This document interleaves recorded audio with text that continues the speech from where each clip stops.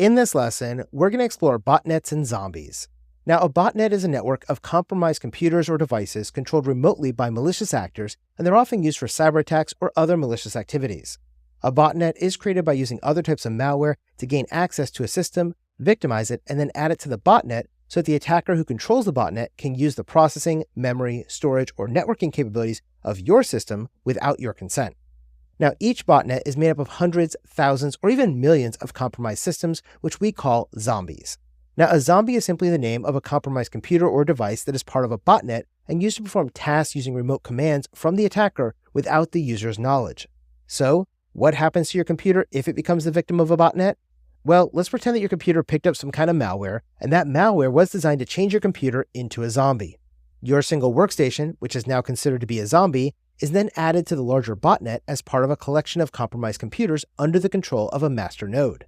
If your computer is now a zombie, your system will now be under the control of the attacker, and that attacker can use a command and control node, known as a C2 node, to control all the zombies inside of their specific botnet. Now, by sending commands to their C2 node, the attacker can tell the zombies to perform lots of different things, including using zombies as pivot points so they can get access to a new victim, or if they're attacking a server, they can actually access it through your computer to make it look like you're the one doing the attack or the hack instead of the actual attacker who sent the command through their master C2 node. Other attacks will try to create large botnets so they can store illegal content across a large number of devices. For example, if somebody wants to host child pornography, but they're afraid of getting caught with it, they can store their illegal videos and photos across hundreds or thousands of affected machines inside of this botnet. Another common use of botnets is to use them to spam others by sending out phishing campaigns and other malware to their targets around the world.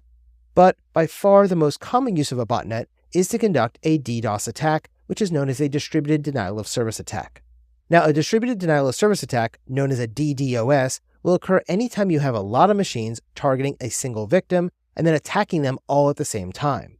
Now, let's assume that I'm a threat actor and I have control over 100,000 machines as part of my botnet. If I wanted to take down your organization's website, I can use my C2 node to order all 100,000 zombies in my botnet to target your victimized server and make requests to it repeatedly until the amount of load is so much that it forces your web server offline. Essentially, your organization can't handle all the load that I'm sending to it, and so the web server will actually crash and not be able to perform its function for your legitimate users or customers.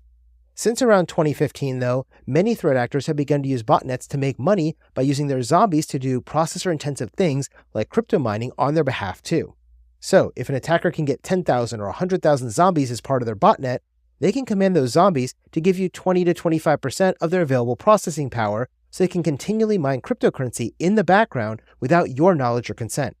Now, by doing this, they can have a lot of zombies working in parallel to mine coins that can be stored in the attacker's digital wallet by redirecting the gain coins through their command and control nodes.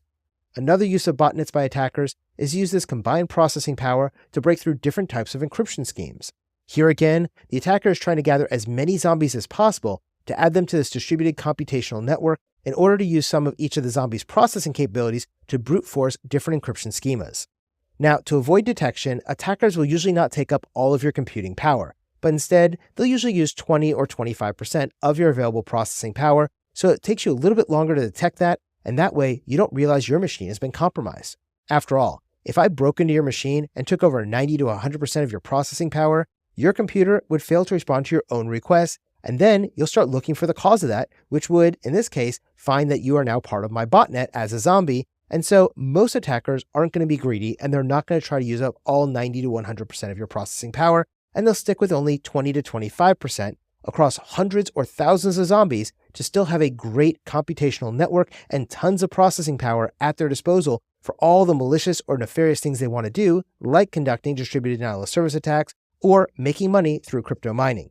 So remember, botnets and zombies are used to create large networks of compromised machines. A botnet is a network of compromised computers or devices that are controlled remotely by a malicious actor, and they're often used for cyber attacks or other malicious activities. A zombie, on the other hand, is the name of a single compromised computer or device that's part of the botnet, and it's used to perform the task using remote commands from the attacker without the user's knowledge. These botnets are used to create large distributed computing capabilities that can be used by an attacker to conduct a distributed denial of service attack, or crypto mining, or breaking encryption depending on the needs of that attacker and the commands they send through their command and control node.